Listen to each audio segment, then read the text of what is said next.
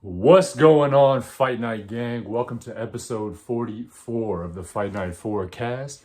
You know what it is, where we highlight, recap, and cover all things boxing. Let's get right into the episode. We got a big episode for y'all, as always. We got a lot to cover from last week. So Easter weekend. Hope everybody had a blessed Easter weekend with their family, whatnot. Man, we had a incredible weekend of boxing. Just a lot going on. We had the first Amazon Prime pay-per-view that debuted on Saturday. We had a stacked top-ranked card on Friday. But listen, I can go through it all. We can just get right into it. Let's get into it right now. This past weekend of boxing, March 29th, we had Oscar Valdez and Liam Wilson.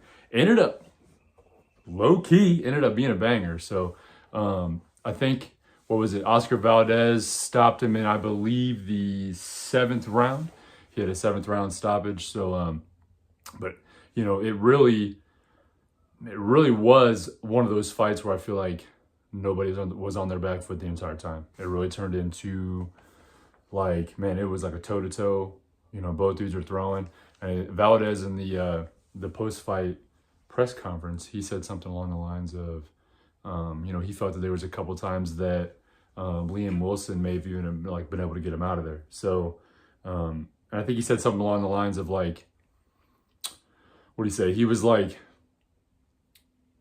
he's only a step or two away from being world championship caliber, you know? And that could just be a little bit of Valdez maybe gassing his opponent up that he just beat a little bit, just, maybe to make himself look, like he fought someone of a little more value, whatnot. But honestly, I think from the looks of it, it was a tough fight. I think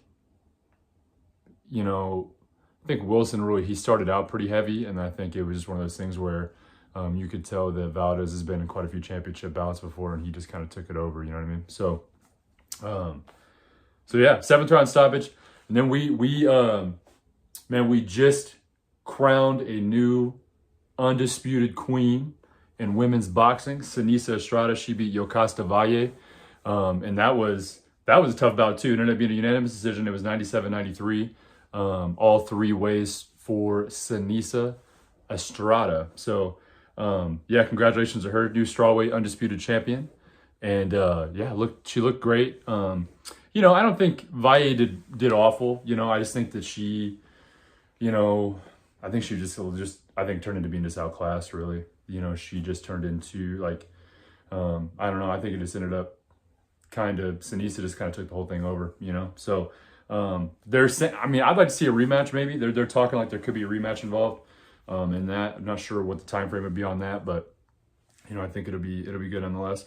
We're going to kind of run through some of these because I know, we covered a lot of boxing last week. I'm not trying to go another hour like I did last week. I don't normally do like insanely long episodes because I know if y'all are anything like me, man, my attention span is like a golden retriever sometimes, man. So I'm really not trying to hold y'all for, an entire hour, whatnot. So I'm gonna kind of run through some of these, even though I hate to be like, not give you the in-depth analysis of everything that I'm thinking of, but just to get through the episode a little quicker, I just want to make sure that we're hitting everybody, and maybe not go as deep this time, but it'll be what it is. So Ray Murataya, 135-pound prospect, not really. Well, he's on the verge of a prospect. He's really on the verge of a title shot if we're gonna be real. He won unanimous decision. Richard Torres had a first-round TKO, heavyweight prospect. Emiliano Vargas, the youngest of the three Vargas brothers, he fought and he had a unanimous decision. And then Aled Kid Kansas Garcia, try to say that 8 times. He had a 2nd round TKO. And so all the prospects won. They look good. I watched most of the card. And I think the only one I didn't see was Richard Torres, I think. But it ended up being a 1st round KO anyway. So I just ended up catching the highlights on that one. But yeah, so moving on, the next day, what was that? That'd be Saturday. Saturday we had Sebastian Fundora versus Tim Tszyu.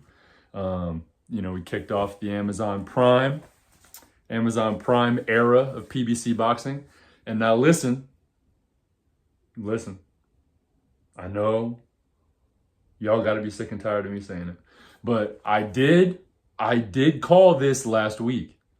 I did say that watch out for an upset because Fundora, listen, you got Fundora, right? I told you all about the height differential, all that stuff, right? So not only did he have he had the height advantage, but he had the advantage of bro stepped in 2 weeks before the fight. So if y'all remember, Keith Thurman tore his bicep in training camp, out. Thurman was out. They needed a last minute replacement. Guess who stepped in, Sebastian? Fundora. So Fundora steps in. I told you guys last week that, it was one of those things where, man, if you get somebody that you've been training for one person for, 8 something weeks and, or, in that case, probably close to more like 6 or 7 weeks, but you're training for one person for, 6, 7 weeks and you're expecting to fight one person. The next thing you know, somebody steps in the last minute. It's a completely different game plan, which is why I think, which we'll talk about him here in a minute, why I think Pitbull looked so good against Tank Davis, right? So if we're going to be real, a lot of people are like, man, Pitbull doesn't even deserve to be in the same ring as Tank Davis, right? But Pitbull went in there, he did his thing, he looked good because he was a last minute replacement, like what? 2 something weeks before, 2 or 3 weeks before. So it's just one of the things, man, where, it's all mental, bro. Like if you've been prepping for somebody for that long, and then all of a sudden you got somebody in here, you have to have learn a whole different game plan, in 2 weeks. So I told you not to sleep on him, and it happened. Sebastian Fundora came in, pulled the upset. It's hard to even call that an upset though, really. You know what I mean? Because I think that, Fundora, he had that one loss to Brian Mendoza, who was also on this card, who lost.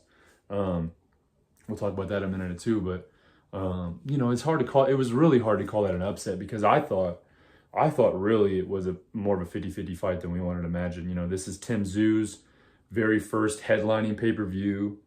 And then I think, this obviously Fundora's first pay-per-view. Both guys are kind of, I don't want to say like green in any way because they're not, but like both guys, this is kind of their first big title shot. You know what I mean? Because Tim Tszyu, he was chasing Charlo for a really long time and never got that shot. And then he kind of got handed the WBO. Kind of got handed the WBO, you know what I mean? Through Charlo getting stripped, you know what I mean? So, yeah, I thought, but it was a good bout. I mean, it was laid out exactly how I thought it was going to be last week. I said that this Fundora was going to have to use his height and range, which he did effectively. But at the same time, I said Tim Tszyu is going to have to work on the inside, get that body work in, use that speed, the footwork to get inside. And really it was that. It was literally game plan to the T, exactly what I imagined it was going to be. There was just a lot more toe-to-toe than I thought, that there would be, and then obviously there's some pretty brutal images, man. I'll pop one up here. Hopefully YouTube doesn't censor me for this, man. This would be crazy. But, there were some pretty brutal, I know I had a picture somewhere. Hold up. Yeah, here it is right here. I'm going to add this in. Man, so, let me see if I can get it. Perfect. Yeah, so I'll blow it up a little bit so everybody can see it a little better. Oop, not blow me up. Oops, blew me up again. My bad, y'all. Nobody wants to see that. All right, but let me zoom back out on myself, though. I think. Maybe I am zoomed out. Of course I'm tweaking. All right, bet. So, yeah, but look, I mean, it was brutal. There was pretty, I can't remember what round it was. I want to say it was 5 or 6, man. If somebody's in the chat and remembers exactly when, roast me, tell me I'm wrong. Oh, by the way, I got the chat views open, right? I got some people in here. Make sure, yeah, chat views are open. Make sure y'all can hop in and yell at me or something. I don't know, but yeah, Fundora, Tim Tszyu, man, look at this. I mean, man, they went ham, bro. There was a cut, or I think on the 5th or 6th round, something like that. Fundora had his nose bloodied up. He had some cuts. Man, I mean, it ended up being and it was a bloodbath, man. So, good fight. Good fight. You know, couldn't have asked for a better main event to kick off, you know, Amazon Prime's new partnership with PBC. You know what I mean? So I'm gonna pop this off here real quick. Let's get into the rest of the card though, and then we listen. We have a lot to talk about the outcome of this bout. So we're gonna circle back to it here in just a minute. So bear with me. We're gonna get to it under the announcements. So Pitbull and Rolly Romero, they fought. You know, that was actually kind of one of the bigger, I would say almost the biggest bout of the night, probably, I think, in terms of like what people wanted to see. You know, Fundora and Tim Tszyu obviously ended up being a banger, and it was the main event. But you know, I think that I had a lot of people hit me up all week, and they're like, "Man, Fight Night, what's the deal with this Fundora dude?" You know, like everyone was like asking me, "What's the deal with him? What's the word on him?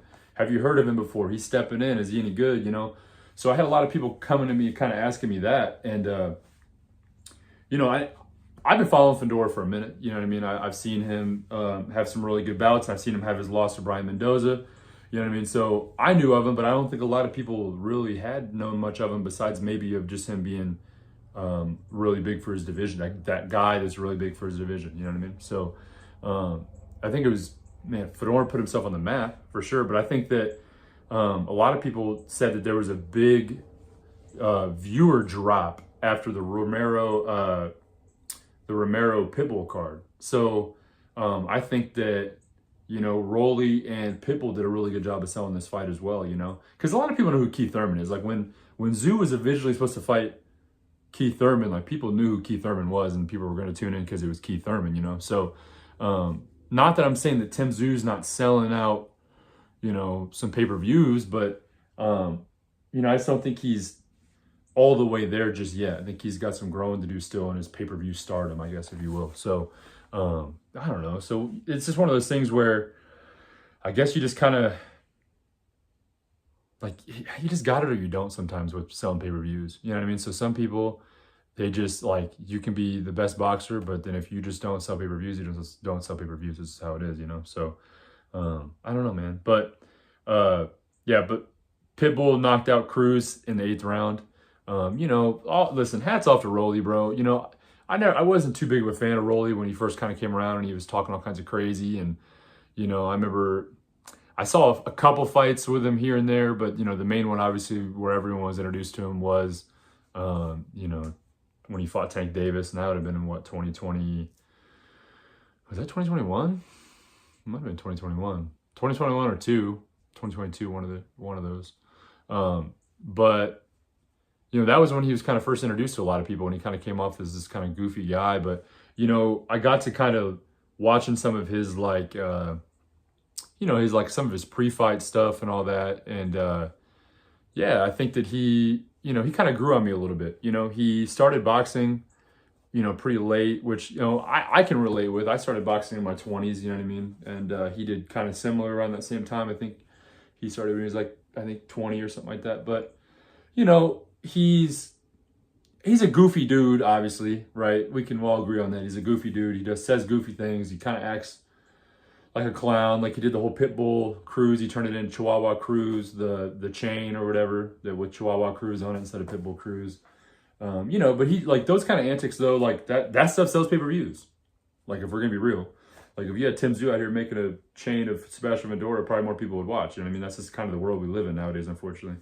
But yeah, I thought, you know, no hate on Rolly, man. I think that if he gets back in the lab and he can do it, you know, he made it to be a world champion, you know, already. And it's like, you know, it's kind of that underdog story that kind of resonates with me a little bit, I guess, you know. So it is what it is, though. So I'm happy for him. You know, it does suck that he lost, but I don't think this is the last we're going to see of him. You know, he's not at his prime. So, you know, I think he could still have some big bouts. I was afraid that now, though, without the belt, I'm just not sure how many people would actually tune into it. You know what I mean? So, but nonetheless, Pitbull Cruz, hats off to you. You know, we'll see what he's got next at 140. You know, they're talking like a unification possibly with Teofimo. You know, wouldn't mind seeing him against like a Subriel Matias, you know, something like that. I think, I mean, he definitely is undersized for 140, but, you know, he looked good at the weight, fought Rolly well, because Rolly's a big, you know, he's a big power punching guy, you know what I mean? So, no knock on Cruz's size, but, you know, that was no tough, or that was no easy feat, rather, you know, to take that on. So, yeah, but let's keep moving on, though.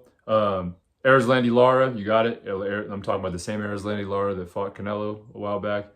He fought Michael Zarafa, and Lara knocked him out in the second round. This is not the same. I'm telling you right now, this is not the same Lara that fought Canelo. This is like power punching through the roof Lara, bro. Like, you know, he's not like that. He's not that fighter that, like, you know, used to be on his wheels all the time and, you know, move around the ring and footwork and the whole 9 yards. This is like sit down on his punches, bite down on his mouth guard type beat. You know what I mean? So he's a little different now, but yeah, he's still doing it. I think he's like 39 or 42.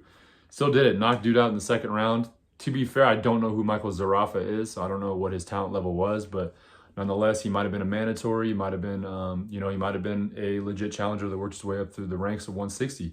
I don't know. I should probably do a little more research on him, but there was just so many fights this past weekend that I didn't even get a chance to really like look deep into some of these guys that I hadn't heard of, you know. So yeah, but he knocked him out in the second round. Brian Mendoza, he lost, unfortunately. He was, you know, he was the one that actually beat Fundora, the guy that was on the main event. But he lost to Bohachuk, which you know, nobody really saw that coming either, because Mendoza is a pretty good boxer. But he won by majority decision. It was 113-113. One judge had it, and then another, both other judges had it 114-112. So yeah, he ended up losing. I'm afraid that's going to be the last we probably see of Mendoza for a while, just because it's going to be a minute to work his way back up, especially if you lose into a no-name guy like that, you know what I mean? So then we had another title bout, Julio Cesar Martinez. He fought Angelino Cordova, and that was a majority decision win by Martinez, so he retained his belt. And then Kyrone Davis and Elijah Garcia, that got called off last minute because Elijah Garcia last minute was sick. So they didn't say what it was, but it was enough to where he could not continue, didn't want to continue. So they called that off. They tried to find a last minute opponent for Kyrone Davis. I was actually mad excited for that fight too. That was going to be a low key banger. But you know, that happens. People get ill, you know. Kyrone Davis got on there. He was a gentleman about it. He was like, you know, if bro is really sick, he's like, I don't want to fight him at his worst. I wanted to fight him at his best. You know what I mean? So, you know, hopefully we can see that ran back on the next PBC card. Maybe on the, I don't know, I'm not trying to spoil the later part of the episode, but maybe on one of these PBC cards I'm going to announce later, it'd be nice to maybe see that fight come to fruition. You know what I mean? So I'm excited about that. But Kermel Motan, he had a win too. He's the kid that just recently got signed under Floyd Mayweather's promotions. You know, he's a dog. He's only like 3-0 though, something like that. You know, he was really big in the amateurs. Just made his pro debut a couple months back. Looking good. You know, his offense is down. The only one thing, I had a couple conversations with people on Instagram Messenger or Instagram DMs about Kermel's performance. They hit me up. They're like, hey, Fight Night, you know, what do you think about Kermel? And I actually ended up agreeing with them on it. They were like, hey, his defense looked kind of whack. And it did. His defense looked a little whack, no lie. But like, I think it's just, I don't know. He was just in there with a tougher fighter, I think, than he thought he was going to be in there with. So, you know, it just turned into like his offense is there. He's got offense. He's got power. He's got the ability to string together combinations. He's fast. He's got footwork. It just seemed like he wasn't moving his head a lot. You know, it almost seemed like he wasn't using his footwork defensively, because it was like he would throw, you know, 2-3 punch combination and get caught with a 2-3 punch combination off a rip. You know what I mean? So, and dude was throwing like some pretty big overhands and catching Kermel with it. So, I think it's just, listen, he's a young fighter. He's mad young. You got to think this dude is, what was he, 18? I think he's 17 or 18 years old, dude. So like he is young. He's got a lot to learn. He's got a lot to grow into. That's the problem I think with social media nowadays with athletes is and we see it in all athletes all over. We see it in, football. We see it in basketball. We see it really knows no bounds. These folk will get big on social media and people, they'll get their first perfect example. Look at LeBron James' son. I was just reading a thing about him the other day. LeBron James' son, where he was at USC. I don't know, they're talking about him transfer now or something, but he was at USC. He averaged 5 points a game, right, for USC his freshman year. So, he's LeBron's son, bro. He grew up in the spotlight. People are assuming that bro's going to hit his freshman year scoring, numbers like his pops, but that's just not how it is. Same thing with boxing, bro. Like these guys, like Javon Walton, the actor from Euphoria, who also boxes, He had a draw, in that last bout that he had on that Jake Paul card. So it's like, these young kids that get a lot of social media hype, you have to realize that they're still, only at their age, and they're still only at a minimal amount of fights professionally, and it's different when the lights come on, Man, I'm ranting. I gotta chill, bro. I gotta chill. But nonetheless, I think Carmel's gonna be fine. A lot of people hit me up and they're like, man, I don't think he's all that. I think he's gonna be fine. I think he's just gonna have to go back to the lab, refine his defense a little bit, because he's only gonna keep getting in there with better and better dudes. You know what I mean? So I think this is a good step up for him. It tested his chin a little bit. He still performed well, got the W, was able to, no, what's the word I'm thinking of? Like, no pun intended, but, he rolled with the punches, And I think that fight didn't go the way they planned it was going to. And I think that's a good thing because he's going to learn to adjust on the fly, which is one of the most important things. All right, let's keep rolling though. March 30th, we'll go through the rest of these pretty quick. March 30th, Zurdo Ramirez, he is now your new WBA cruiserweight champion. This is, I can't remember if it was his debut or his second or third fight at cruiserweight, but nonetheless, he got the dub, and he is now the WBA cruiserweight champion. I'm curious to see who they match him up with next. Or is it Chamberlain? I can't. See, that's the thing with cruiserweight. There's really not too many big names at cruiserweight right now. So Zurdo could low-key just go in there and wipe the whole division if he wanted to.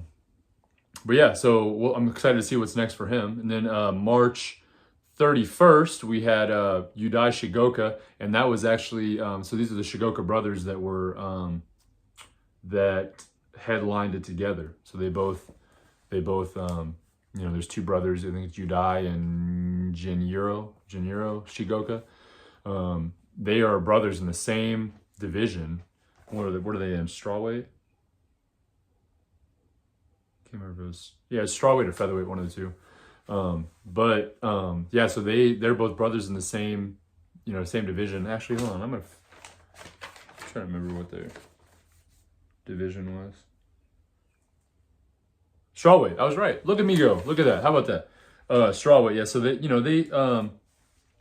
they're brothers and they're both in the same division. So I was kind of curious last week about how that would play out. If they end up having to fight each other. You know what I mean? So because I know there's a lot of brothers in boxing, but I feel like all the brothers always vow to like not fight each other. So I was kind of curious to see, or they were in different weight divisions. So I was kind of curious to see, what would happen if that were to go down. So. But I guess we don't have to really worry about it now because Melvin Jerusalem ended up upsetting Shigoka, and it was a split decision upset. There ended up being a knockdown in the third and in the sixth. So that was a big upset. It was a hometown guy too. I believe it was in Japan, and those guys are both from Japan. So it was a pretty rough upset. His brother Genjiro, he won second round KO, so it was like one brother won, one brother lost. So it was kind of a give and take. And then March 31st, we also had Fabio Wardley and Fraser Clark. That ended up going to a split decision draw. But Ben Whitaker, I posted a short on his last bout, so if you haven't seen that, go check that out on my YouTube. So he showboated his way to a dub. And then Callum Simpson, a guy that I followed for a while on Instagram, he got a win too, the super middleweight division. So he's still making his way up in the middleweight division or a super middleweight division. And you know, he's I would say he's just on the edge of prospect status probably, you know, so he's working his way, you know, out of being a prospect and you know, possibly getting his way into some bigger fights. So we'll see what's next for him. But let's move on to this upcoming weekend, and then we're gonna get into announcements and we'll wrap it up. We're already at 25 minutes. So this weekend we have a DAZN card.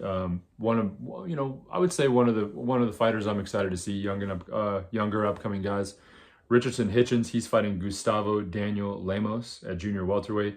You know, I think this is going to be one of those things where Richardson's trying to make a Richardson Hitchens is trying to make a statement. You know, so I think he's going to pop in, make a quick statement real quick, and try to. He's definitely gunning for, you know, one of the guys at 140, whether that be Devin Haney, Subriel Matias. Or I mean, I guess we might even possibly seeing him with Pitbull Cruz, or you know, Devin Haney's in there too in the mix. So it's like, I don't know, man. There's 140 is exciting right now, you know. So we'll see what Hitchens. Gosh, it's hard to say his name. Hitchens decides to do. But on the co-main, we have Diego Pacheco versus Sean McCallman at super middleweight. That should be a good little bout. Galal Yafai, he's going to be fighting Agustin Mauro Gauto at flyweight. Now, you guys might remember that Yafai was a 2020 Olympian for Great Britain. I want to say he won silver, maybe gold. But nonetheless, he's transitioned into a pro status, and he's doing pretty well so far. Always excited to see Mark Castro in there. Mark Castro is fighting Abraham Montoya, a junior lightweight. And then one of my favorite women boxers right now, Sky Nicholson, she's fighting Sarah Mafoud for the vacant WBC women's featherweight title. So, you know, wishing the best of luck to Sky Nicholson. I think it's going to be a good bout. And I think it'd be kind of her chance to hopefully hop on the scene a little bit, because she's been kind of an up-and-coming lady herself. So, but yeah, hopefully she comes and gets that dub and takes it. And then let's move into announcements. I was gonna start out with the Crawford Fundora announcement first, but then I'm gonna run through the rest of these real quick, and then we're gonna end on Crawford and Fundora, and we'll go from there. So let's start with this. This literally happened like an hour, bro, after my last episode. I swear on my life, bro, that every single time I'll literally post a new episode, and literally like an hour after some new announcement pops up, and I'm like, of course, why wouldn't it? Stevenson Haratunian they're finalizing a deal for July 6th. So it'd be good to see Shakur Stevenson back in the ring. So you know, y'all that follow boxing, y'all know that he kind of had like a quasi little retirement deal kind of thing. But he ended up obviously back out of it now, because he's finalizing his deal for July 6th. So glad to see him back. Actually, you know, this happened literally the exact same time. Tiafimo and Claggett. I assume that's got to be a mandatory for Tiafimo's belt. That's June 29th in Miami. They're finalizing that deal too. So I'll let you guys know when those are like fully finalized, and they'll probably release the full card and everything. So I'll keep you guys updated on that. But just kind of keeping you guys in the loop on what's coming down the line here. And then, let's talk about this real quick. Let's talk about this. I know Sean's not in here tonight right now, but I know that he would be excited if this got brought up and he was in. So, we got some more news. Got some more news in the Jake Paul, Mike Tyson fiasco, whatever you want to call it. It's not a bout, but a whatever we want to call it. But yeah, so Jake Paul and Mike Tyson on July 20th is now confirmed to be an exhibition bout and will not be officially sanctioned as a pro fight.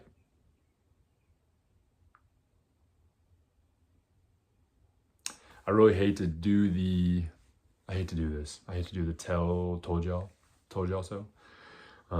But again, I told y'all so. So Yeah, it's gonna be an exhibition. So I knew that was gonna happen, man. I'm sorry, guys. I don't mean to be like that, but I knew that was gonna happen. Like I knew that they were gonna kind of have a big hype on it in the beginning, and then they were gonna kind of dial it back a little bit, and that's exactly what happened. So I'm sorry, but it's not gonna be. It's gonna be a exhibition bout. Tyson has confirmed it. He went on, I don't know, some Fox News thing. I don't know what it was. It was one of those guys like did an interview on him, and he was saying all kinds of crazy stuff. Like he was talking about how Jake Paul used to be a Disney Channel star, and said that he was gonna fight naked or something. It was just weird. It came out, all kinds of weird stuff came out of his mouth. But that's what happens when you're Mike Tyson. But it says, however, the exhibition will be contested under standard boxing rules. So they're saying that this is a fight. So I don't know. They still haven't decided whether there's going to be headgear or not yet. So I feel like if that's happened, if that ends up happening, I think that it's going to lose a lot of steam, unfortunately. But, so it's not considered a pro bout. So it's not going to go towards either guy's record, which really we should hope that it didn't, considering Mike Tyson's age. But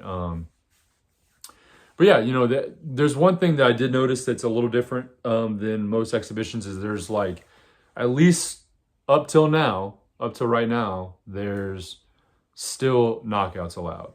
So normally in an exhibition, there's not any knockouts allowed. It's more of a sparring bout kind of thing, I think. So, but yeah, so cause all the ones that Mayweather does, there's never any knockouts, stuff like that. So, we'll see what else pops up. Just keeping you guys in the loop. I know this, probably a lot of y'all are not the most happy to continue to hear about Jake Paul, but listen, it is boxing, and I do recap, highlight, and cover all things boxing. So it is what it is. So and then on top of that, we got another graphic here. You know me, I love my graphics.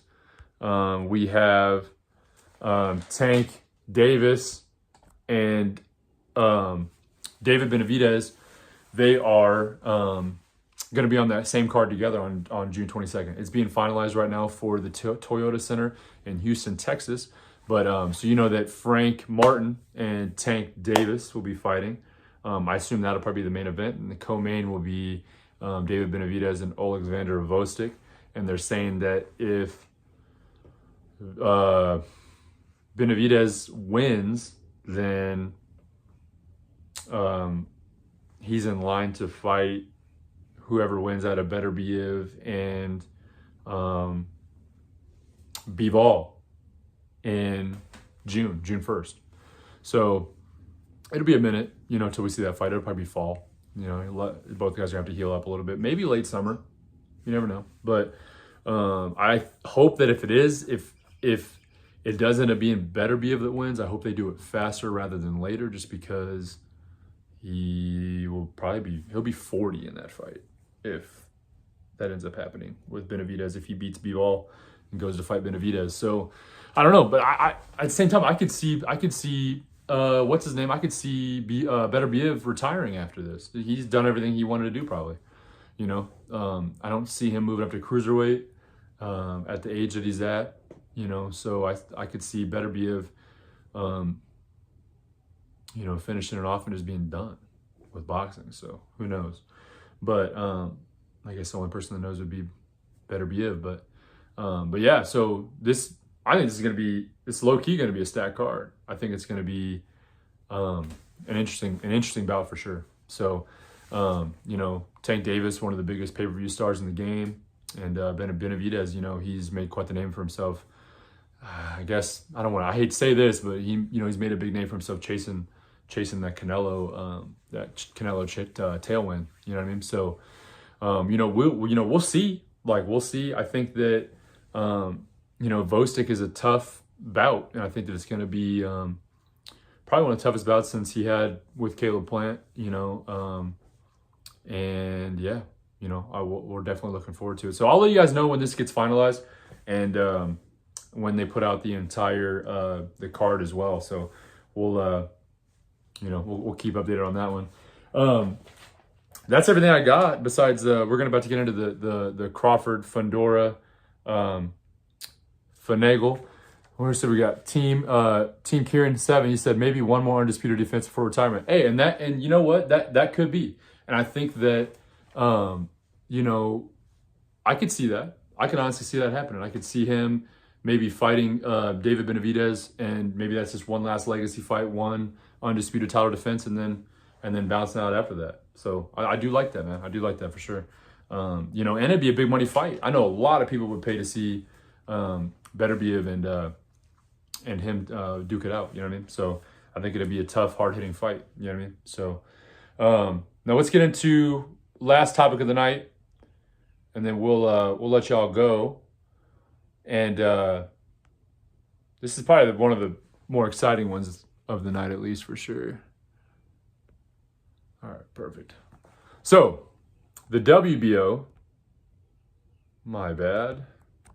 The WBO has now officially ordered Sebastian Fundora to defend his WBC and WBO super welterweight world titles versus Terence Crawford next. The parties have until April 25th to agree to a deal, and then after that it'll be purse bids. So now, let's get into this. This is like my favorite. I'm probably gonna end up having to make clips out of this whole thing. We're gonna be posting it all over the place. So let's start back. Let's move back. Let's start back at post-fight press conference. Fundora just beat Tim Tszyu. They just announced Tim Tszyu, or no, they just announced Fundora as the winner, right? So let's rewind.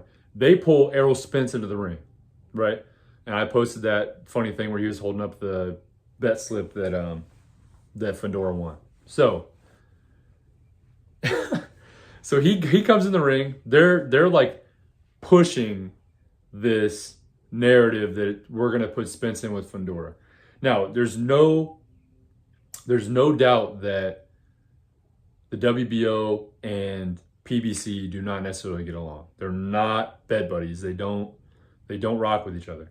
So there's no doubt that they're trying to make an easy deal with their PBC fighters, right? Fundora and Errol Spence are both PBC fighters. No doubt they're trying to make that. But the WBO stepped in and they're like, nah, man. Nah. Terence Crawford is not going to beat Errol Spence, and then Errol Spence is going to walk in and get a title shot at the next division up. You know? So they're kind of going off of Errol Spence has a name. And don't get me wrong, I'm excited to see like him fight either guy. But it is kind of ridiculous to think that Errol Spence got beat as bad as his did. And I'm an Errol Spence fan. But it's ridiculous to see that Errol Spence is even in the question over Terence Crawford, over who gets this next title bout. Just especially after Spence losing so badly to Crawford, and then the fact that Spence is even in the like near the top talks with Crawford is kind of insane to me. So hear me out. So this is what I'm thinking. I want to see Tim Tszyu versus Errol Spence, and then I want to see Fundora versus Crawford. It could be same card or separate cards. Whether they want to, that depends on whether they want to do two separate bags or one big bag, because either or both of them will make insane money. So like, picture this with me one more. Just picture it with me real quick. Errol Spence, Tim Tszyu, sell out Dallas, and then you got Fundora and Crawford, sell out Vegas. So you got those two fights: Crawford, Fundora, and Spence and Tim Tszyu. Winners get each other for both the belts. I think it's a great idea. I think they're going to make a bag off that. They, like I said, they could do it as one card if they wanted to, make one the main, one the co-main, but I think they'll probably split it up. Why not? You know. So I just think that the real reason why they were trying to push Errol Spence was because same platform, PBC, easy deal to make it happen, and then they're going to keep building the Crawford Spence rematch at 154 instead of 147. But the WBO got in there and they went, nah, we don't even like you, bro. So I don't know, man. So I think it's very interesting, and I'm curious to see what happens next out of all this. So I hope it goes the way I just laid out, because I think that's a money making move right there and builds the suspense even more. Here's the big problem though. You know, Crawford, he won that big bout against Spence.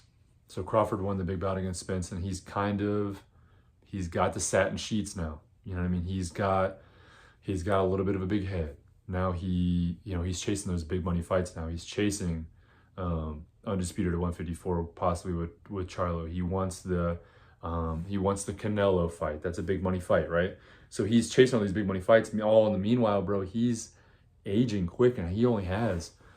And I love Terrence Crawford. I think Terrence Crawford's a great fighter. I think Terrence Crawford has 2, maybe 3 more fights left before he is done, or at least before he starts declining at that weight, man, bro. They're like it. You lose it quick. It's not like a heavyweight. Heavyweights can fight into their 40s, but like anything below 175, bro, those you age quick in those divisions. You know what I mean? So it's just one of those things where, you know, I want to see all these fights happen, but you know, it's going to come down to how many Crawford has left as well, you know, just with him being at the age he is. And Spence isn't much. Spence is what, 35?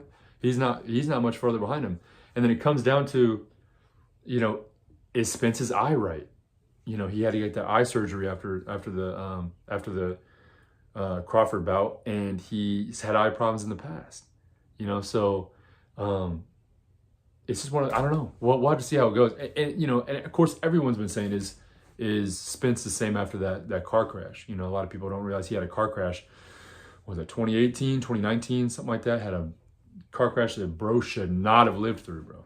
So people are like, is he the same from that? You know what I mean? So again, man, because I got some people in here now, but I'm pushing, bro. I'm pushing. I hope to see them do that. I want to see you know, Fundora Crawford for the 2 titles, and then, you know, Spence and Zoo, you know, duke that out, and then winners get each other, and then the winner of that go fight Charlo for the last 2 belts, and maybe just be done with it by, like, you know, early to mid next year, you know. And then honestly, we can start looking at possible retirement for either guy. You know what I mean? So, we'll finally get the rematch that we wanted, right? For Spence Crawford, but we both know those guys couldn't make 147 anymore. So I think it'll be a better bout than what we saw last summer at 147. So let me know what y'all think in the comments, man. You know, this will be up here pretty shortly, archived. So, you know, people that didn't tune in live, we actually had quite a few people. Seemed like we had, not everybody came in at once, but, you know, we had like a lot of people kind of bopping in and out. I think at one point we had like 3 people, but seemed like people were kind of coming in and out. I get it. It's a Thursday night. People probably out getting lit, doing their thing, whatever, you know what I mean? You know, but don't be salty one day when we got thousands of people in here and y'all didn't ride the wave, man. So it just is what it is. So, but yeah, thank you guys for tuning in week in and week out. You know, we are rolling. Our next goal is 2,000 subscribers. We are on the road to 2K right now. We're doing well. We're almost to 1,500 subscribers. So if you are watching this and you are not subscribed and you want to subscribe, there's a little button down there that you can just go ahead and click for me and help us get to 2K. You know, I'm gonna do another giveaway at 2K probably, but we'll see what we'll do. Maybe we'll do some hoodies again like we did last time, or maybe something different. So, but yeah, thank you guys for tuning in as always. I appreciate all of you, every single one of you guys. Thank you for all the people that hit me up outside of here. You know, people text me all the time. They DM me on Instagram.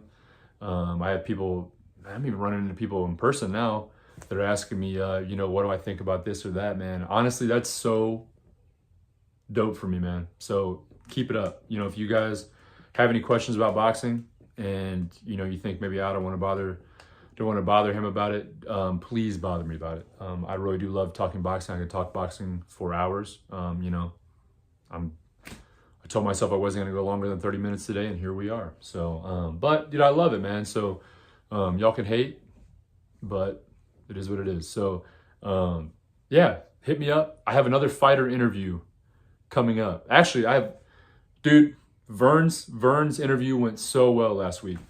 Thank you. Shout out. I know Vernon watches almost every week, so he'll probably catch this point at some point. But appreciate you again coming on, Vern, man. It was a good time. I had so many people hit me up, and we're just like, hey, that was really cool. It was a cool look into like the life of a fighter kind of thing. Especially with amateurs, we get a lot of looks into how pros operate, but it is cool to see when people don't know a lot about amateur boxing. You know what I mean? So it's cool to get to see kind of an inside look on that, with the tournaments and all kinds of stuff like that. So this Sunday, I have another fight interview lined up with another national champion. So he reached out to me after watching Vernon's interview, and he's like, hey, man, fan of the show, would love to have a chance to interview with you. So I think I'm traveling again, man. I was so happy to be in the studio this week back home, but I'll be traveling for work on Sunday. So I will be in the great state of Ohio. No hate on Ohio, but it's not my favorite place in the world. So so I'll be in Ohio, but I'll be in a hotel room, but I think we're going to try to line that up for around 5 or 6 p.m. on Sunday night. So if you don't have anything going on Sunday night, I will be interviewing another national champion amateur and a Golden Glove champion too for the Southeast region of the United States. So tune in. Real cool guy. We've been kind of chopping it up and learning about each other and everything. So super cool. So be in tune for that. Other than that, I'll have an episode for you guys next week. We'll cover Richardson Hitchens and all of them on this DAZN card that's coming up this weekend. And we'll go from there. So thank you guys for tuning in as always. I will see you all on the next one. I will see you all on Sunday for volume 2 of the fighter interview series. You guys have a great night. Peace.